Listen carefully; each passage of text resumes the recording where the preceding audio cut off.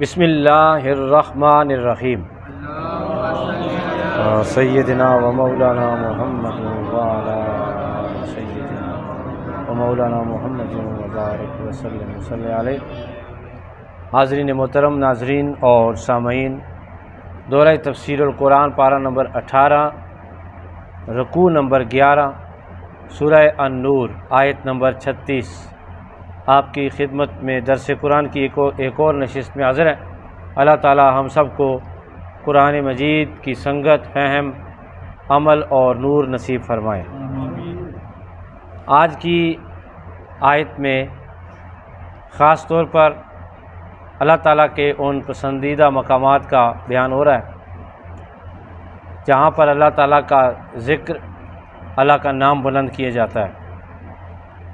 اگر ہم اس آیت کا ربط پچھلی آیت کے ساتھ دیکھیں تو اس آیت میں اللہ نے اپنے نور کو جو انسانوں کے دلوں میں رکھا ہے ازل سے، اس کا ذکر فرمایا ہے کہ جو مومن ہیں وہ جب ایمان کو قبول کرتے ہیں تو اس سے پہلے ان کے دلوں میں خدا کا نور موجود ہوتا ہے، تو اس نور کی وجہ سے اللہ انہیں ایمان قبول کرنے کی اور ایمان کی حلاوت کی توفیق عطا فرمائے۔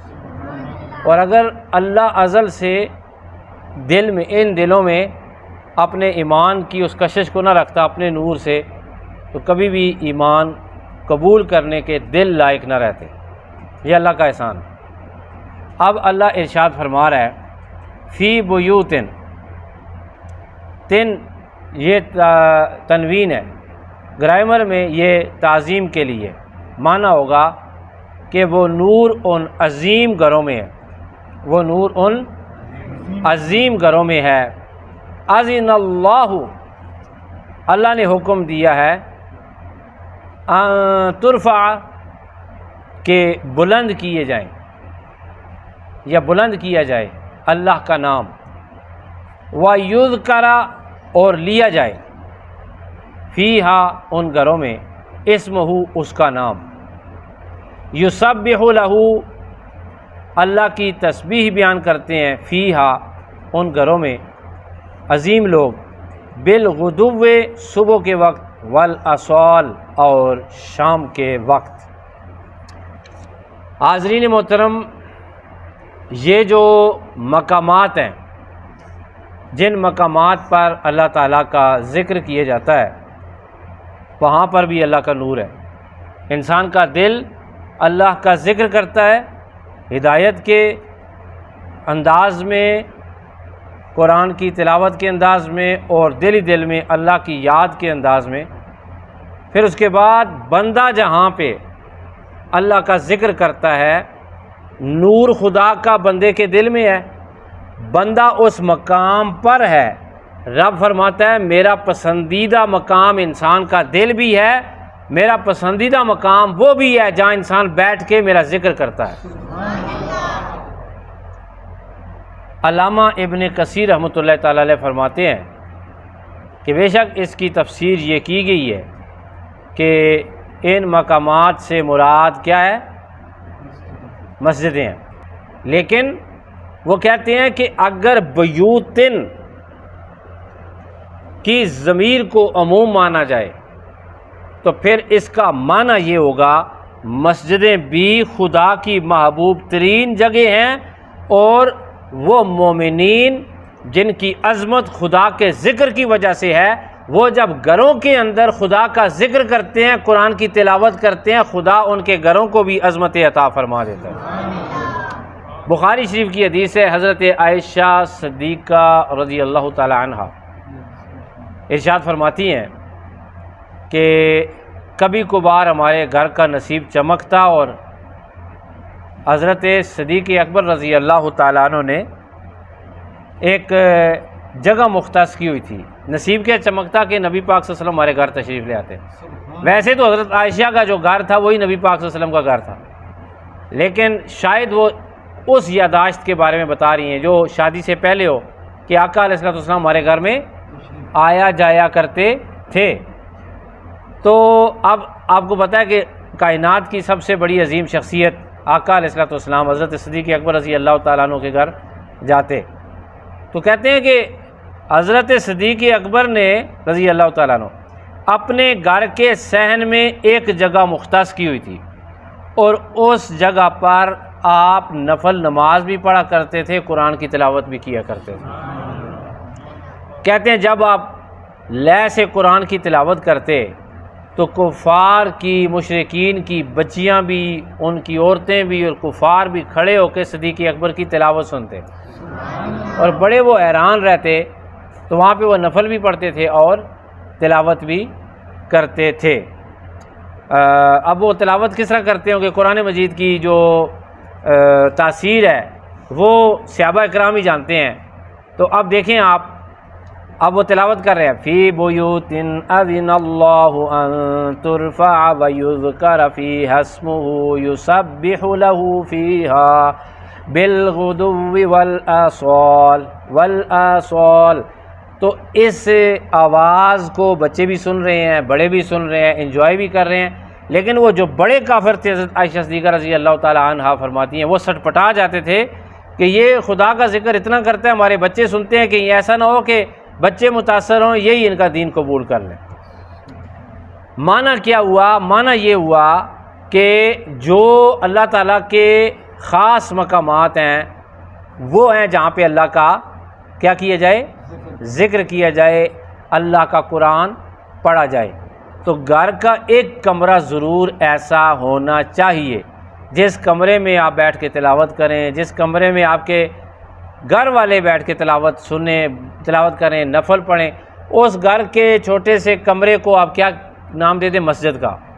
بہت سارے صحابہ اکرام رضوان اللہ تعالیٰ علیہم اجمعین نے اپنے گھروں میں چھوٹا سا حجرہ یا صحن کا چھوٹا سا حصہ مسجد کے لیے وقف کیا ہوا تھا، وہاں پہ وہ نفل بھی پڑھتے تھے، قرآن کی بیٹھ کے تلاوت بھی کرتے تھے۔ لیکن ہم اپنے جب گھر بناتے ہیں، ٹی وی لانچ ضرور ہونا چاہیے، کار پورچ ضرور ہونا چاہیے، آج یہ حصہ، یہ پارٹ، یہ سیکنڈ تھرڈ پارٹ ہونا چاہیے۔ کاش کہ ہم جب مکان بنائیں تو ان مکان میں کہیں کہ یہ والا حصہ چھوٹی سی ہماری مسجد ہوگی جہاں پہ ہم اپنے سونے رب کو یاد کیا کریں گے۔ میں جتنے بھی شادی حالوں میں گیا ہوں، شادی حال بڑے شاندار، لیکن مساجد کا جس وقت ہم منظر دیکھتے ہیں یقین کرے دل دکھتا ہے۔ کوئی حالت نہیں ہے شادی حالوں کے ساتھ جو متصل مساجد ہیں، یہ اسلام سے دوری کی نشانی ہے، اور ایک بندے کے لیے بہت ہی عبرتناک یہ زمانہ ہے کہ شادی شدہ لوگ شادی کرتے ہیں، شادی پہ آنے والے لوگ آتے ہیں، لیکن ان میں سے جو نمازی ہوتے ہیں وہ مسجد جب ڈھونڈتے ہیں تو ان کو اتنی مایوسی ہوتی ہے دیکھ کے، بڑی پریشانی ہوتی ہے کہ اللہ کے گھر کا انہوں نے کیا جگہ بھی الگ کی ہوئی ہے اور کیا حالت بنائی ہوئی ہے انہوں نے۔ اللہ تعالیٰ معاف فرمائے، اللہ تعالیٰ ہمیں اپنے گھروں کی طرح اپنی مساجد سے بھی محبت عطا فرمائے۔ میری نظروں سے آج ایک حدیث گزری بڑے مزے کی کہ یہ سلسلۃ الاحادیث الصحیحہ میں علامہ البانی رحمۃ اللہ تعالیٰ علیہ اس کو لے کر آئے۔ آپ فرماتے ہیں نبی پاک صلی اللہ علیہ وآلہ وسلم کی حدیث ہے کہ ہم جب دیکھتے ہیں، میں مفہوم بیان کر رہا ہوں، ہم کدھر دیکھتے ہیں؟ آسمان والوں کو۔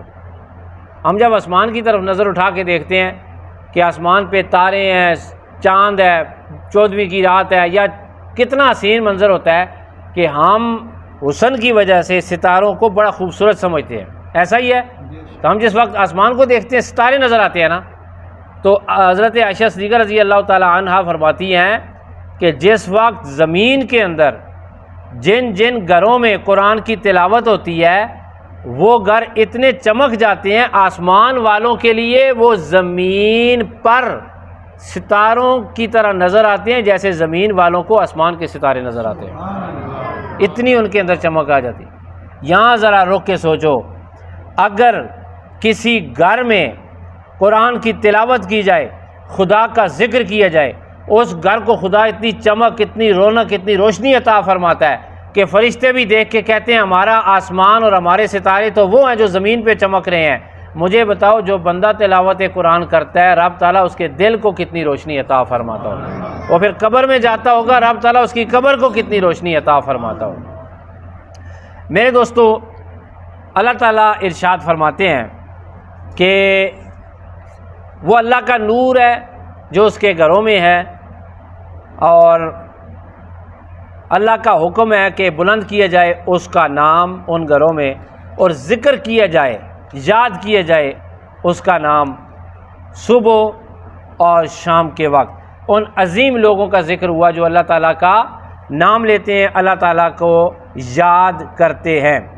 علامہ ابن جریر طبری رحمۃ اللہ تعالیٰ علیہ معتبر ترین سند کے ساتھ بیان کرتے ہیں، حضرت ابن عباس رضی اللہ تعالیٰ عنہما کے حوالے سے کہتے ہیں کہ ان کی تفسیر یہ ہے کہ فی بیوت اذن اللہ ان ترفع، کہتے ہیں اس کی تفسیر ہے وہی المساجد، وہ کیا جی؟ مسجدیں ہیں، تکرم، ان کی عزت کی جائے، ونہی عن اللغو فیہا، اور ان کے اندر بیہودہ باتیں کرنے سے یا ان مساجد کی توہین کرنے سے محفوظ ہوا جائے۔ کہتے ہیں بیہودہ باتیں کرنا، شور و غل کرنا، گم شدہ چیز کا تلاش کرنا، خرید و فروخت کرنا، حائضہ اور جنبی کا مسجد میں آنا، دائیں پاؤں کے بجائے بایاں پاؤں مسجد میں داخل کرنا، اور ذکر نہ کرنا، نماز کا انتظار نہ کرنا، نوافل نہ پڑھنا، تلاوت نہ کرنا، تسبیح و تحلیل نہ کرنا، یہ سب مساجد کی بے ادبی ہے، اور ان سب کو بجا لانا کیا ہے؟ مساجد کی عزت ہے۔ آقا علیہ الصلوۃ والسلام ارشاد فرماتے ہیں جو بندہ اندھیروں میں مساجد کی طرف آئے گا، رب تعالیٰ اس کے لیے خوشخبری سناتا ہے، قیامت کے دن اللہ اسے پورا پورا نور عطا فرمائے گا۔ محدثین کہتے ہیں کہ اندھیرے سے مراد کیا ہے؟ کہتے ہیں اندھیرا بہت ساری قسموں کا ہوتا ہے۔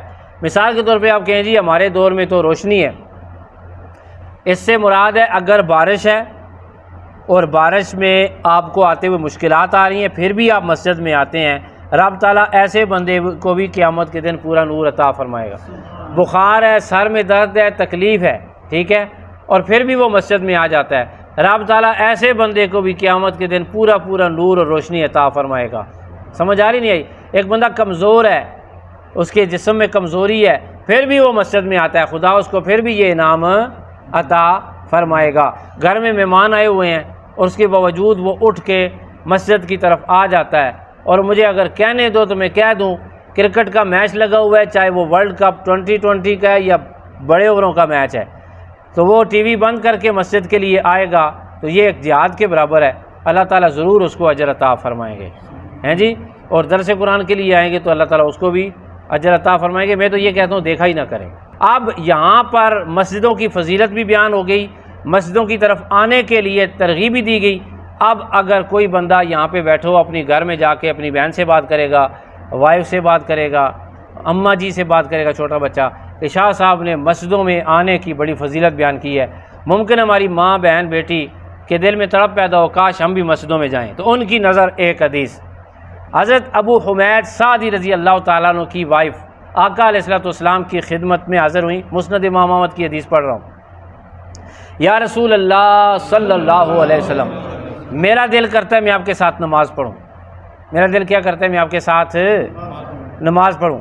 آقا علیہ الصلوۃ والسلام نے ارشاد فرمایا کہ تیرا صحن میں نماز پڑھنے سے زیادہ ثواب ہے تو گھر کے اندر نماز پڑھ، گھر کے اندر نماز پڑھنے سے زیادہ ثواب ہے تو گھر کے کمرے میں نماز پڑھ، تیرے گھر کے کمرے سے زیادہ ثواب ہے تو چھوٹے سے اس حجرے میں نماز پڑھ کونے میں جو تو نے مختص کی ہوئی ہے۔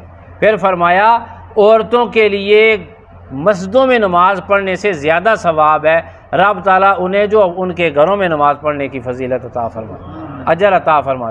تو عورتیں، مائیں، بہن، بیٹیاں اگر اجر چاہتی ہیں وہ گھر میں چھپ کر نماز پڑھیں۔ ہاں، مساجد کے اندر الگ پورشن ہے، الگ جگہ ہے، بیسمنٹ ہے یا الگ ان کے لیے انتظام ہے جہاں بالکل باپردہ ہو کے وہ نماز پڑھ سکتی ہیں، پھر اجازت ہے وہ باجماعت نماز بھی پڑھ سکتی ہیں۔ یہاں پر رک کر اس دور کے ان پیروں کے بارے میں سوچیں جو عورتوں کو اپنے سامنے بٹھاتے ہیں اور اپنے سامنے بٹھا کے ظاہر ہے وہ ان کے لیے جو بھی دعا کرنا چاہتے ہیں جو بھی کرتے ہیں ان سے پردہ نہیں کرتے، انہیں اپنے سے پردہ نہیں کرواتے۔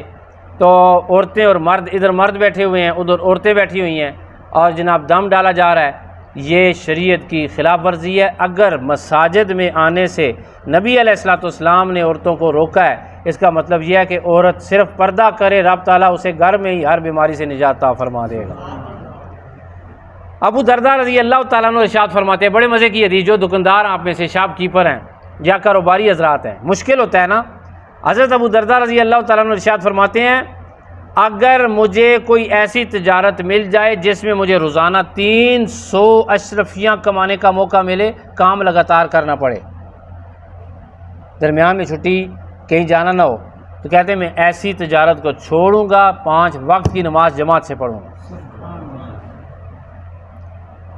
میرے پیارے دوستو، کعب الاخبار کی بات جو صبح میں نے نماز کے بعد بیان کی تھی، وہ دوبارہ بیان کر دیتا ہوں آپ کے لیے۔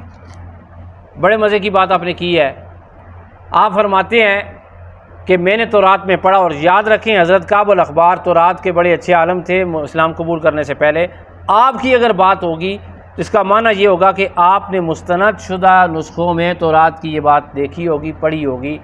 آپ نے فرمایا، اللہ تعالیٰ ارشاد فرماتا ہے کہ جو شخص وضو کر کے میرے گھر یعنی میری مسجد میں آ جاتا ہے، میں رب اس کے لیے عزت لکھ دیتا ہوں، میں اسے عزت عطا فرما دیتا ہوں۔ مجھے بتاؤ، جسے رب عزت عطا فرمائے اسے دنیا کی کوئی طاقت ذلیل نہیں کر سکتی، بے عزت نہیں کر سکتی۔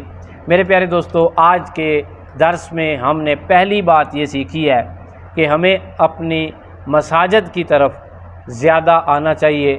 دوسری بات یہ سیکھی ہے کہ گھر کا بھی کوئی ایک کونا ضرور ہو جہاں پہ ایک جائے نماز بچھی ہو، اس کے اوپر ہم سنت پڑھیں، اس کے اوپر ہم نفل پڑھیں، اس کے اوپر ہم قرآن کی تلاوت کریں، اللہ کا ذکر کریں۔ اور تیسری بات یہ ہم نے سیکھی ہے کہ عورتوں کا پردہ لازمی ہے۔ اللہ تعالی ہمیں عمل کی توفیق عطا فرمائے۔ وآخر دعوانا ان الحمد للہ رب العالمین۔